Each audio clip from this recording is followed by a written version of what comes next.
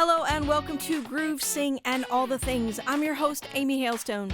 Today we're going to talk about the fact that your self-worth has nothing to do with how well you play or sing. Again, I'm Amy. If we haven't met yet, I'm a guitar teacher and a vocal and performance coach. I've been a guitar teacher for over 30 years. I've been a vocal and performance coach for nearly a decade, and I love to teach my students how to play and sing with less tension and more freedom. So let's get into it. As artists or aspiring artists, it's easy for us to equate our self-worth with how well we sing or play our instrument. We're already a little bit needy in that department because we're artists and we're vulnerable and we want to be loved, and that's just the way it is, right? So whether we really acknowledge that or not, that's kind of what's happening. But I think we unconsciously are searching for approval, even if we think we're not. And when we sing well and play well, we feel really good. We feel great about ourselves. And sometimes when we don't, then we don't feel very good about ourselves, and we sort of punish ourselves for that. And when we're learning our craft, or even if we're just having a bad day and our performance wasn't what we wanted, that's going to happen, and we have to be okay with that and forgive ourselves. We have worth whether we can do our craft well or not. So, of course, these are general statements, and there are always exceptions. Like, my goal with this blog post or this podcast is to speak generally to most artists, to just be aware of times when you're not feeling good about yourself, and you ask the question, is this about me, or is this about my singing, my playing, that I didn't like my last performance? I couldn't get that last thing I was working on when I was practicing.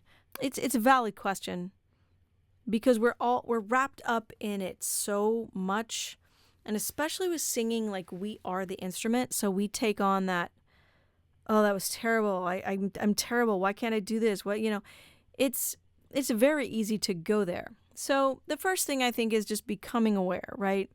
Try to tell yourself that you are more than just the way you can play or sing, because that is true. You are a person in pursuit of an extraordinary skill. Whether you're satisfied with your skill level at the moment or not, you are worthy of respect and of loving yourself. I mean, as crazy as that sounds, that is the truth. That's true.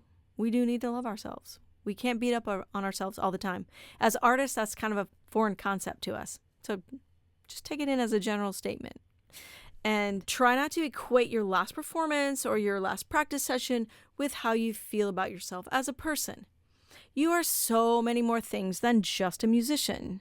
Of course, being a musician is very important. It's a huge part of your life, but you're more than that, and just remember that. Give yourself grace and acceptance, and accept where you are in your musical journey, and be there for the other parts of your life, whether you're a husband, wife, sister, brother, friend, coworker, whatever it is. Music's a big part of your life, but there's other parts that you need to be there for as well. You need to feel good about yourself to perform at your best level in the other areas of your life as well. So as artists, we tend to be a bit sensitive. We're a little bit emotionally invested. I think, business, like, if we were business people, we'd be able to separate, okay, this is this and this is that. But like I said, we sort of wrap ourselves up in music 24/7, and we think that we're the problem. We're not good enough. So that's what I'm trying to encourage you to see, the separation of your skill level and you as a person, two different things. And your skill level will go up the harder the more you work at it and take the time to create the skills you need. Just look for these emotions in your own journey. If you're feeling down, if you're feeling discouraged, ask yourself what's going on. Am I feeling bad because I'm not reaching my goals in my singing or playing? And if so, acknowledge that everything is temporary and that tomorrow everything might break wide open. Like, the work you do every day adds up. You have a set of skills that you've earned little by little, and the baby steps are really what create the big leaps. whether we realize it or not. So accept yourself where you are every day. Meet yourself where you are. Give yourself grace. Sounds like a foreign concept to most of us, right?